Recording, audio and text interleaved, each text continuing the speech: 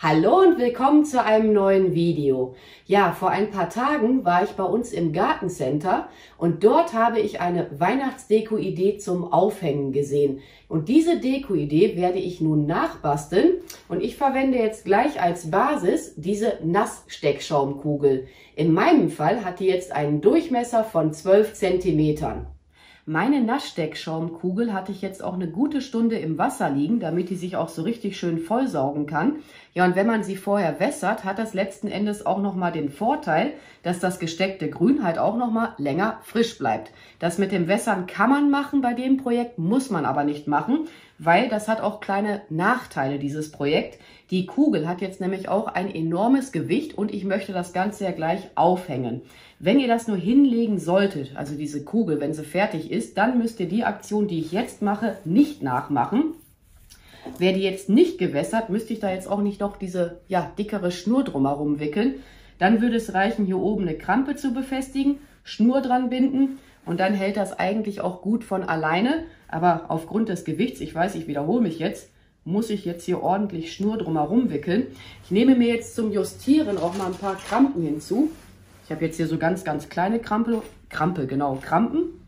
sonst wird das Ganze zu friemelig. Das ist aber jetzt wirklich etwas friemelig. Ich hatte das vorhin auch schon mal einmal ausprobiert mit einer anderen Kugel. Ich denke, ich werde 3 solcher Kugeln erstellen. So, kleine Krampe ist am Start. Sonst ist das nachher sehr frustrierend. Ich hatte das auch erst ohne Krampen ausprobiert, aber das rutscht dann dermaßen hin und her, da kriegt ihr echt die Krise dabei. Ich brauche aber noch mehr Schnur. Also ich habe da jetzt wirklich ein ordentliches Ende hinausgelassen. So, jetzt gehe ich hier mal auf die gegenüberliegende Seite. Justiere meine Kugel auch mal mit dem Zollstock, damit die nicht andauernd hin und her rutscht. Dürft ihr jetzt nicht zu stramm ziehen, nicht, dass ihr euch den Steckschaum da durchreißt nachher oder im schlimmsten Fall. Krampe ist wieder am Start. So, jetzt mache ich hier an dieser Stelle schon mal meinen ersten Knoten hinein. Das soll ja nachher auch gut halten.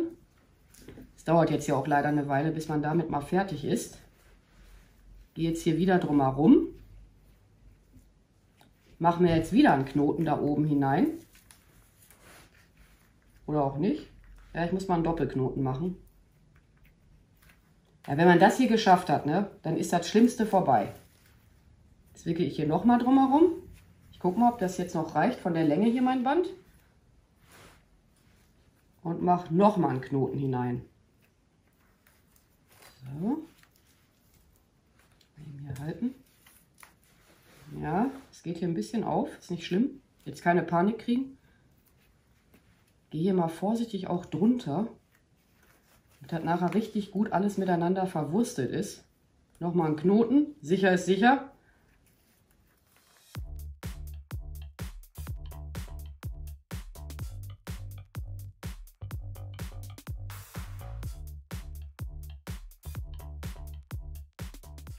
Ich mache jetzt hier noch meinen letzten Knoten hinein und dann sollte das Ganze auch von alleine schon mal halten. Ja, gut, Schlimmste haben wir jetzt geschafft. Ihr seht jetzt wahrscheinlich nicht, wie ich die Schnur abschneide. So, ich habe jetzt hier echt auf Reserve geschnitten, ne? Das wäre sonst ärgerlich, wenn man das Ganze nochmal von vorne machen müsste. Aber das, muss ich jetzt zugeben, ist der schlimmste Teil gewesen von dieser Aktion. Und wie bereits erwähnt, wenn ihr die jetzt einfach nur hinlegen solltet, ne? Das hier alles wirklich dann weglassen. Oder ihr wässert die halt nicht, müsst ihr aber auch mal gucken, ob das dann überhaupt nur mit der Krampe und der Schnur halten sollte. Weil ich habe gerade ein bisschen noch selber darüber nachgedacht.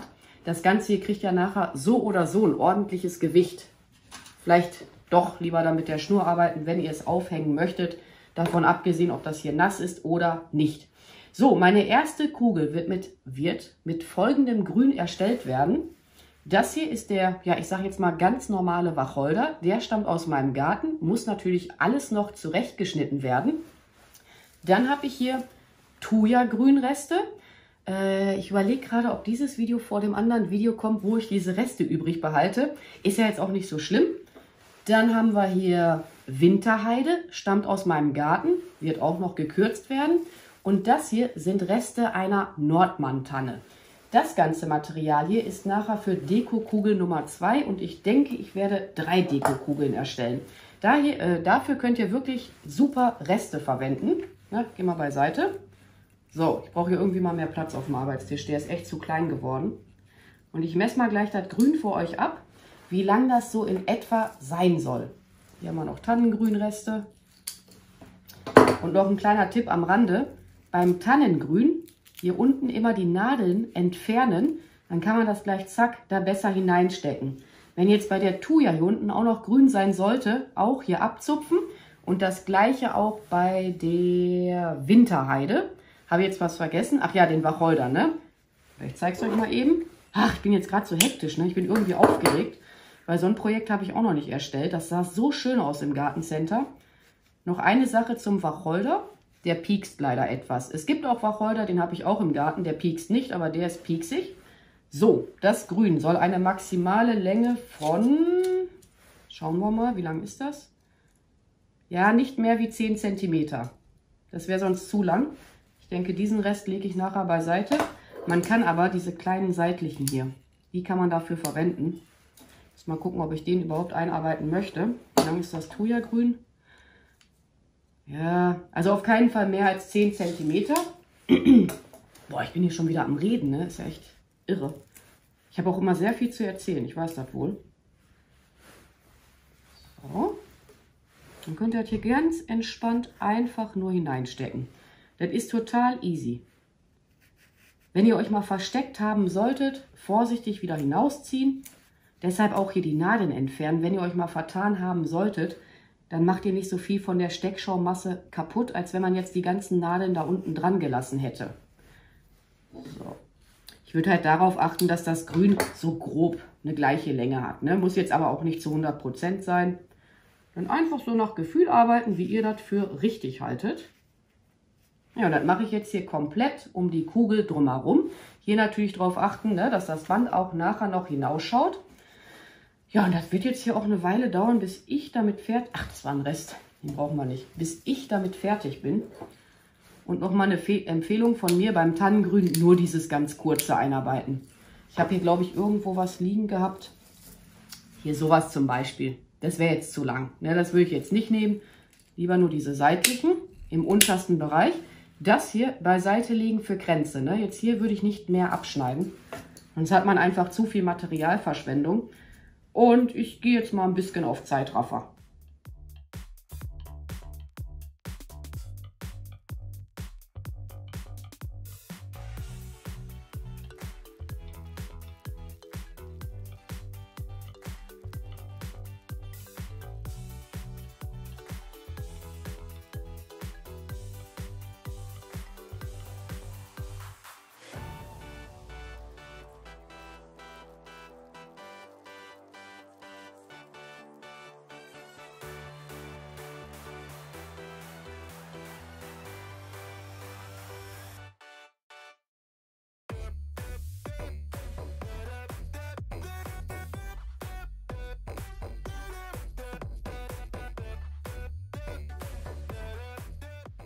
Ich stecke jetzt mein letztes Grün und danach werde ich mal die Kugel überprüfen, ob halt noch irgendwo Grün hinein sollte. Ich muss zugeben, das Ganze war jetzt wirklich eine Heidenarbeit, hat sich aber, denke ich, gelohnt. Ich persönlich finde die Kugel jetzt schon richtig cool. Boah, was ein Öschi. Also, was wollte ich jetzt sagen? Mein Vorschlag wäre jetzt wirklich lieber mit dem Band arbeiten. Ich glaube nicht, dass das einfach nur an der Krampe halten würde. Ey, ich finde das mega cool. Ich bin jetzt richtig froh, dass ich das gemacht habe. Ja, hier könnte jetzt noch etwas Heide hinzu. Ja, einfach mal so grob gucken. Nehmen wir mal hier eine, da habe ich schon etwas dran rumgeschnitten gehabt. Das kann man dann alles noch nachträglich hier hineinstecken. So, zack. Aber ich denke, ich muss da jetzt gar nichts mehr dran machen. Man könnte jetzt natürlich noch darüber nachdenken, ob man hier noch weiter dekorieren möchte. Dann würde ich aber zum Beispiel Zapfen oder was auch immer mit der Heißklebepistole befestigen. Aber das sieht echt nice aus. Und dann komme ich jetzt mal zu der zweiten Kugel, beziehungsweise ich räume hier erstmal den Arbeitstisch auf. Das sieht hier schon wieder aus. Holla die Waldfee. Also am besten sowas draußen machen oder in der Garage. Halt irgendwo, wo ihr auch Dreck machen könnt. Nicht, dass ihr dann im schlimmsten Fall noch Ärger bekommt. Oh, den kleinen, den können wir ja aber auch noch hinein. Ich kriege schon wieder meine kleinen Sprachstörungen. Aber es hat sich echt gelohnt. Ich bin auch froh, dass ich die Steckschaumasse nass gemacht habe. Ja, sonst wäre das viel zu schade irgendwie. Bei meiner zweiten Dekokugel werde ich Grün der Nobilis-Tanne verwenden. Dann habe ich hier noch Grün einer Mädchenkiefer. Das stammt aus meinem Garten. Hier haben wir noch Zypressengrün. Und eventuell kommen auch diese Hortensie mit hinzu. Aber das weiß ich jetzt noch nicht an dieser Stelle. Ja, und bei der Zypresse schneide ich hier erstmal diese ganzen seitlichen kurzen Zweige ab. Entferne hier im unteren Bereich auch die Blättchen. So, ich fange jetzt mal wieder hier oben an, wo das Band sitzt. Und zack, steckt das hier auch einfach wieder ganz entspannt in meine Steckschaumkugel hinein. Oder Nasssteckschaumkugel. Das Grün soll jetzt auch nicht wieder länger als circa 10 cm sein. Stellenweise war es jetzt da etwas kürzer auch, aber stellenweise war es auch etwas länger. Ja, jetzt geht es hier wieder los, ne? Und dann werde ich das jetzt aber hier im Zeitraffer-Format komplett für euch filmen. Weil das ist ja jetzt vom Aufbau her das gleiche Prinzip, nur halt anderes Grün. So, Band legen wir mal dahin, damit ich halt nicht gleich mit feststecke. So, aber ich glaube, das wird ganz cool aussehen. Ach ja, und bei den Hortensien wollte ich euch noch zeigen. Nimm das hier weg. Ja, ist jetzt ein bisschen schade, das hier abzufriemen. Diese kleinen. Kann man aber auch beiseite legen und mal eintrocknen lassen. Und eventuell kann man das dann für andere Deko verwenden. Ich glaube, ich mache das mit den Zypressen, wollte ich jetzt schon sagen, mit den Hortensien. Muss ich aber gleich nochmal in meinen Garten. Die können ruhig so nah beieinander sein. Ja, ich muss mal gleich gucken, wie es mir überhaupt selber gefällt. Aber ich denke, die kann da ruhig mit drin sein. Ja, mal gucken.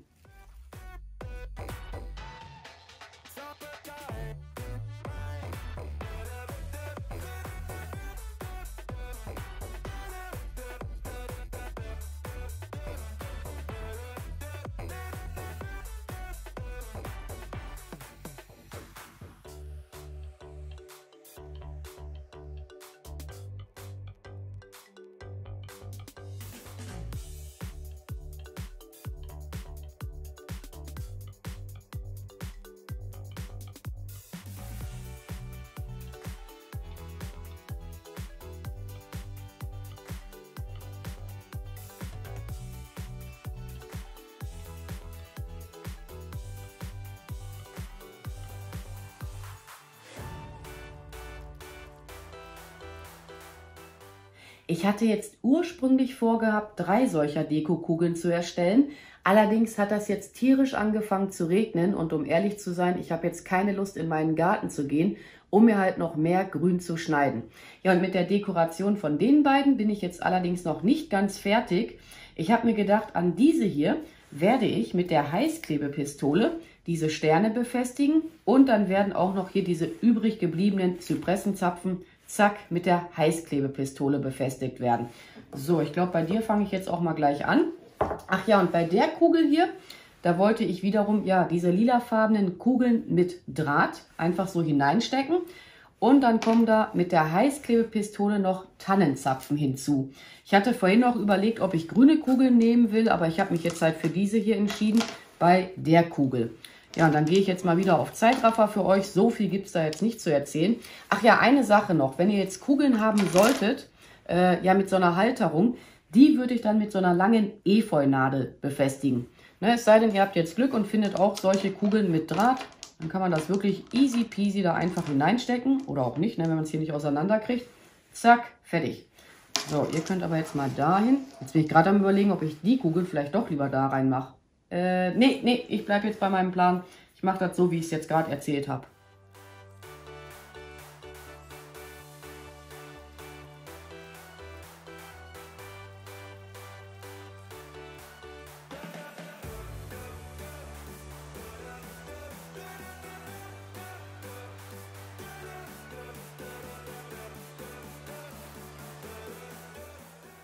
Beim Band mache ich mir jetzt noch einen Knoten hinein und dann bin ich mit meinen beiden Dekokugeln soweit fertig. Noch mehr werde ich daran jetzt nicht dekorieren, aber ich finde, die beiden sind richtig cool geworden. Also ich kann jetzt auch gar nicht sagen, welche ich von den beiden jetzt besser finde. Letzten Endes, ihr habt ja richtig viele Möglichkeiten, wie ihr dekorieren könntet. Kommt ja auch immer drauf an, ja, was die eigene Lieblingsfarbe ist. Und wie gesagt, noch mehr werde ich daran jetzt nicht machen. Die dritte Kugel, die ich ursprünglich jetzt auch noch erstellen wollte, Die werde ich euch noch in einem separaten Video zeigen. Ja, und die ganzen benötigten Materialien für die beiden Kugeln findet ihr auch wie üblich in der Videobeschreibung. Und ansonsten werde ich mich jetzt auch mal an dieser Stelle bei euch verabschieden. Ich bedanke mich fürs Zuschauen. Macht's gut, eure Pink Peach. Bye!